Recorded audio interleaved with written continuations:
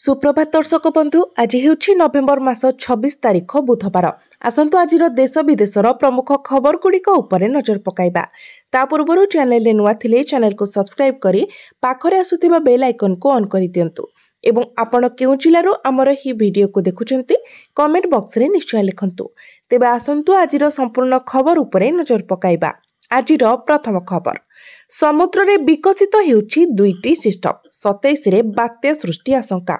समुद्र मध्य एका संगे दुईटी सिस्टम विकसित हेउथिबा बेले बात्या आशंका आहुरी घनीभूत होइछि। मालेशिया और संलग्न मालाक्का प्रणाली उपरे थिबा स्पष्ट चिन्हित लघुचाप क्षेत्र आज पश्चिम उत्तर पश्चिम दिग को गति करी अवपात परिणत होइछि।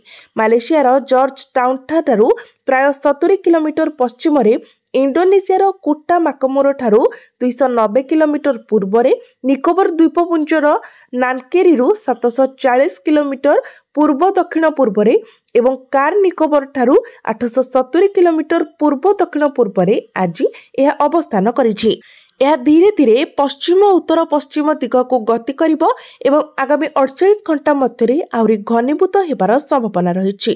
अन्यपटे कोमोरिन एवं संलग्न दक्षिण पश्चिम बंगोपसागर और श्रीलंका उपरे सृष्ट लघुचाप क्षेत्र एवं दक्षिण पश्चिम बंगोपसागर एवं संलग्न दक्षिण श्रीलंका और भारत महासागर उपरे आज रहितला। घूर्णिबलय समुद्र पतन ठारू 7.6 किलोमीटर उच्चता पर्यंत व्यापीछि। यह उत्तर पश्चिम दिग को गति करी आसंता 24 घंटा मध्य एक स्पष्ट चिन्हित लघुचाप क्षेत्र में परिणत हेबार संभावना रही। परवर्ती 24 घंटा मध्य आहुरी घनीभूत होई अवपात परिणत हेबो बोली भारतीय पाणीपाग विभाग पक्षरु कहुଯାଇଛି। तेबे उभय सिस्टम मिसिले बात्या सृष्टि होई पारे बोली आशंका करा जाउछि। 27 तारिख आडकू एने स्पष्टता आसिबो। अन्यपटे एबे राज्य रे शीत प्रकोप कमिछि। सुंदरगढ़ किछि किछि स्थान रे अति घन कुहुडी देखा जायतिबा बेले कोरापुट और कंधमाल जिल्ला रे घन कुहुडी देखा जायतिला। परवर्ती खबर, सरकारक नाली आखि को फू, तहसिलदार को बाली माफिया पिटिले। मयूरभंज जिले में बाली माफिया उत्पात बढ़िबारे लागिछि। अहरह बाली लुट करुथिबा बेले चढ़ाऊ करिथिबा पुलिस और प्रशासनिक अधिकारी को आक्रमण करने पछाउनाहांती। गतकाली बेतनटी थाना अंतर्गत 18 नंबर जातीय राजपथर तुलसी चौरा ढाबा निकट में बाली बोझे गाड़ी जबत कारणरू माफिया माने संघबद्ध आक्रमण करिसेंती। बाली माफिया आक्रमण में बेतनटी तहसिलदार चंद्रजीत बेहेरा और चालक निहार रंजन विश्वाल गुरुतर आहत होइतेबा बेले अन्य 3 जन कर्मचारी सामान्य आहत होइछन्ति। सूचना अनुसार गतकाली अपराह्न रे बेतनटी तहसिलदार चंद्रजीत बेहेरा स्थानीय जेएमएफसी कोर्ट निकट में मुक्तापुर ग्रामर सुनील लेंका नाम रे पंजीकृत ओडी 11 AE 3234 नंबर विशिष्ट चोराबाली बोझे ट्रैक्टर को जबत करी बेतनटी पुलिस को हस्तांतर करथिले। एथिरे प्रतिशत परायण होई 15 रु 20 जन संघबद्ध होई गतकाली संध्या समय तहसिलदार और अन्य कर्मचारी मानकु आक्रमण करथिले। परवर्ती खबर, 2026 विश्वकप ब्रांड आंबासडर हेबे रोहित शर्मा। आईसीसी चेयरमैन जय शाह कले घोषणा। आईसीसी अध्यक्ष जय शाह रोहित शर्मा को 2026 T20 विश्वकप पाई ब्रांड आंबासडर भाव घोषणा करिसेंती।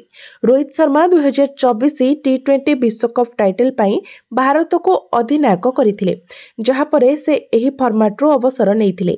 जय शाह कहिसेंती जे राष्ट्रदूत भूमिका पूर्ण करिबा पाई रोहित शर्मा ठारू भल व्यक्ति आउ केही होई परिबे नाही। ब्रांड आंबासडर भापरे रोहित शर्मा विश्व स्तर रे T20 विश्वकप प्रचार करिबारे गुरुत्वपूर्ण अवदान रखिबे।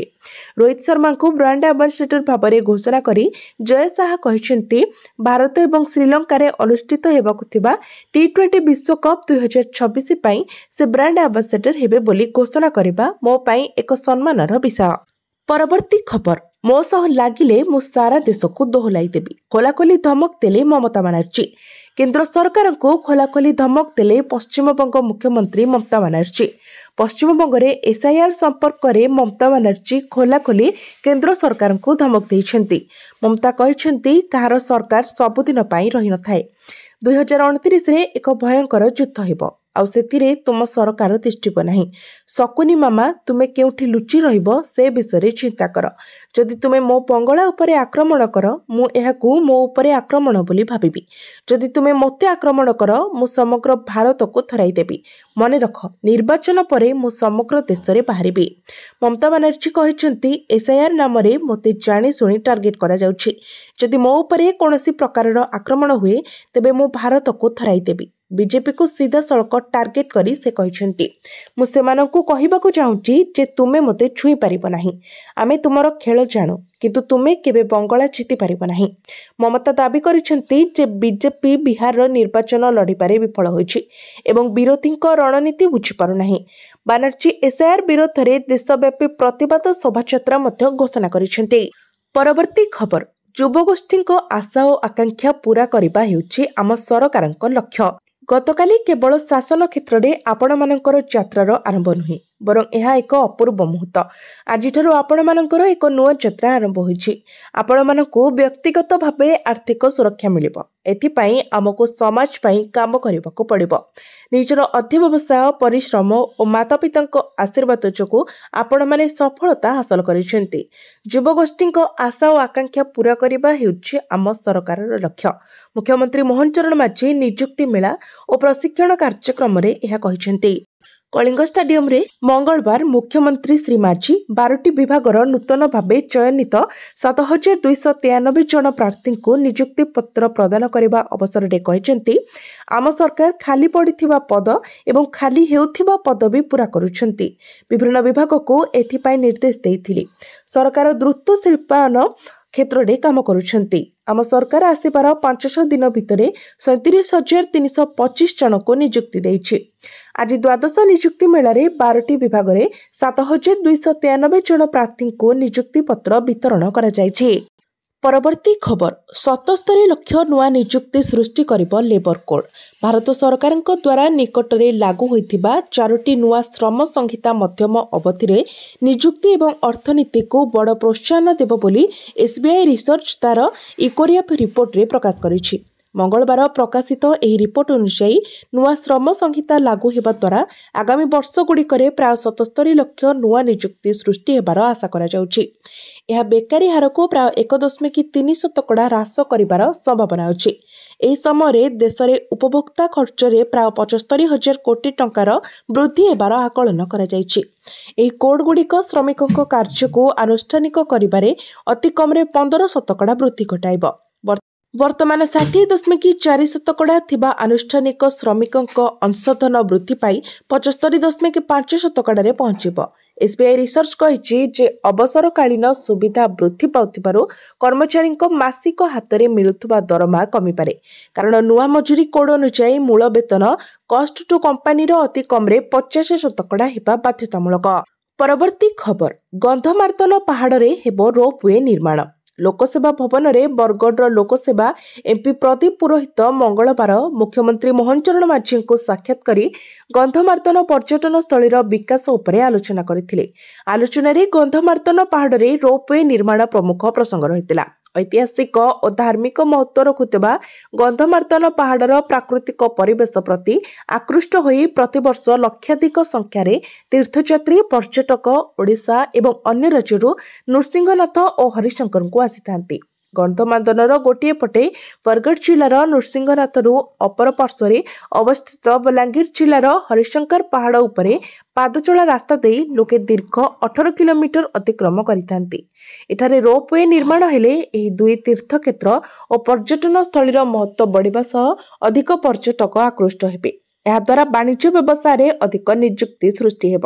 ମୁଖ୍ୟମନ୍ତ୍ରୀ ମାଝୀ ରାଜ୍ୟ ସରକାର ଖୁବ୍ ଶୀଘ୍ର ଏ ଦିଗରେ ପଦକ୍ଷେପ ନେବେ ଏବଂ ଏହି କ୍ରମରେ ନୃସିଂହନାଥଠାରୁ ହରିଶଙ୍କର ରୋପୱେର ଡିପିଆର୍ ତୁରନ୍ତ ପ୍ରସ୍ତୁତ କରିବା ପାଇଁ ମୁଖ୍ୟମନ୍ତ୍ରୀ ବିଭାଗୀୟ ଅଧିକାରୀଙ୍କୁ ନିର୍ଦ୍ଦେଶ ଦେଇଛନ୍ତି ବୋଲି ଏମ୍ପି ପୁରୋହିତ ସୂଚନା ଦେଇଛନ୍ତି। ପରବର୍ତ୍ତୀ ଖବର, ଭୁବନେଶ୍ୱରରେ ପହଞ୍ଚିଲେ ମହାକାଶଚାରୀ ଶୁଭ୍ରାଂଶୁ ଶୁକ୍ଲା। ଭୁବନେଶ୍ୱରରେ ପହଞ୍ଚିଲେ ମହାକାଶଚାରୀ ଶୁଭ୍ରାଂଶୁ ଶୁକ୍ଲା। ଆଜି ଏକ ଘରୋଇ ସ୍କୁଲର କାର୍ଯ୍ୟକ୍ରମରେ ଯୋଗ ଦେବେ ଶୁଭ୍ରାଂଶୁ। ଭୁବନେଶ୍ୱରରେ ପହଞ୍ଚି ଗଣମାଧ୍ୟମକୁ ପ୍ରତିକ୍ରିୟା ଦେଇ ଶୁଭ୍ରାଂଶୁ କହିଛନ୍ତି, ଓଡ଼ିଶା ଆସି ମୁଁ ବହୁତ ଖୁସି। ପୂର୍ବରୁ ବି ଓଡ଼ିଶା ଆସିଥିଲି। ଓଡ଼ିଶାର ପିଲାମାନେ ପାଠ ପଢ଼ି ମହାକାଶ ବିଜ୍ଞାନକୁ ଆଗକୁ ଯାଆନ୍ତୁ। ସେଠାକାର ଅନୁଭୂତି ଅତ୍ୟନ୍ତ ନିଆରା ଥିଲା। ସେହି ଅନୁଭୂତିକୁ ବାଣ୍ଟିବାକୁ ଓଡ଼ିଶା ଆସିଛି ବୋଲି ସେ କହିଛନ୍ତି।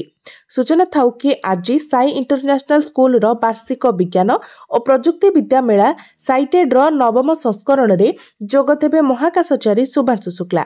ସ୍କୁଲ କ୍ୟାମ୍ପସରେ ଆୟୋଜିତ ହେବାକୁ ଥିବା କାର୍ଯ୍ୟକ୍ରମରେ ମୁଖ୍ୟ ବକ୍ତା ଭାବେ ମହାକାଶଚାରୀ ଇସ୍ରୋର ଗଗନଯାତ୍ରୀ ଗ୍ରୁପ କ୍ୟାପ୍ଟେନ ଶୁଭାଂଶୁ ଶୁକ୍ଲା ଏବଂ ମୁଖ୍ୟ ଅତିଥି ଭାବେ ମୁଖ୍ୟମନ୍ତ୍ରୀ ମୋହନ ଚରଣ ମାଝୀ ଯୋଗଦେବେ। ପରବର୍ତ୍ତୀ ଖବର ଟି20 ବିଶ୍ୱକପ 15 ଫେବୃଆରୀ ଭାରତ ପାକିସ୍ତାନ ମହାମୁକାବିଲା। ଭାରତ ଏବଂ ଶ୍ରୀଲଙ୍କା ମିଳିତ ଭାବରେ 2026ରେ ଟି20 ବିଶ୍ୱକପ ଆୟୋଜନ କରିବେ। ଏହି ଟୁର୍ଣ୍ଣାମେଣ୍ଟ ଫେବୃଆରୀ 7ରୁ ମାର୍ଚ୍ଚ 8 ପର୍ଯ୍ୟନ୍ତ ଚାଲିବ। ଏଥିରେ 2024 ବିଶ୍ୱକପ ପରି ସମାନ ଫର୍ମାଟ ଅନୁସରଣ କରାଯିବ। ଆଇସିସି ପକ୍ଷରୁ ଟୁର୍ଣ୍ଣାମେଣ୍ଟର ଆମ୍ବାସେଡର 2024 ଟି20 ବିଶ୍ୱକପର ବିଜେତା ଅଧିନାୟକ ରୋହିତ ଶର୍ମାଙ୍କୁ କରାଯାଇଛି। ଭାରତ ଏବଂ ପାକିସ୍ତାନ ଫେବୃଆରୀ 15 ତାରିଖରେ କଲମ୍ବୋର ଆର୍ ପ୍ରେମଦାସା ଷ୍ଟାଡିୟମରେ 2026 ଟି20 ବିଶ୍ୱକପରେ ମୁହାଁମୁହିଁ ହେବେ। ଏହି ମୁକାବିଲା ସ୍ୱତନ୍ତ୍ର ହେବ କାରଣ 2025 ଏସିଆ କପ୍ରେ 3ଟି ରୋମାଞ୍ଚକର ମ୍ୟାଚ୍ ପରେ ପ୍ରଥମ ଥର ପାଇଁ ଦୁଇ ଦଳ ଟି20ରେ ପରସ୍ପରକୁ ଭେଟିବେ। ଏହି ମ୍ୟାଚ୍ ଭାରତର ତୃତୀୟ ଗ୍ରୁପ ମ୍ୟାଚ୍ ହେବ। ଭାରତ ଏବଂ ପାକିସ୍ତାନକୁ ଆମେରିକା, ନେଦରଲ୍ୟାଣ୍ଡସ ଏବଂ ନାମ୍ବିଆ ସହିତ ସମାନ ଗ୍ରୁପରେ ରଖାଯାଇଛି। ଏହି ଗ୍ରୁପରେ ମୋଟ 4ଟି ଦଳ ରହିଛନ୍ତି। ଯଦି ଭାରତ ସୁପର 8 ପର୍ଯ୍ୟାୟକୁ ଉନ୍ନୀତ ହୁଏ ତେବେ ଏହାର 3ଟି ସୁପର 8 ମ୍ୟାଚ୍ ଅହମ୍ମଦାବାଦ, ଚେନ୍ନାଇ ଏବଂ କୋଲକାତାରେ ଅନୁଷ୍ଠିତ ହେବ। ଯଦି ଟିମ୍ ଇଣ୍ଡିଆ ସେମିଫାଇନାଲରେ ପହଞ୍ଚିବ ତେବେ ଏହାର ମ୍ୟାଚ୍ ମୁମ୍ବାଇରେ ଅନୁଷ୍ଠିତ ହେବ।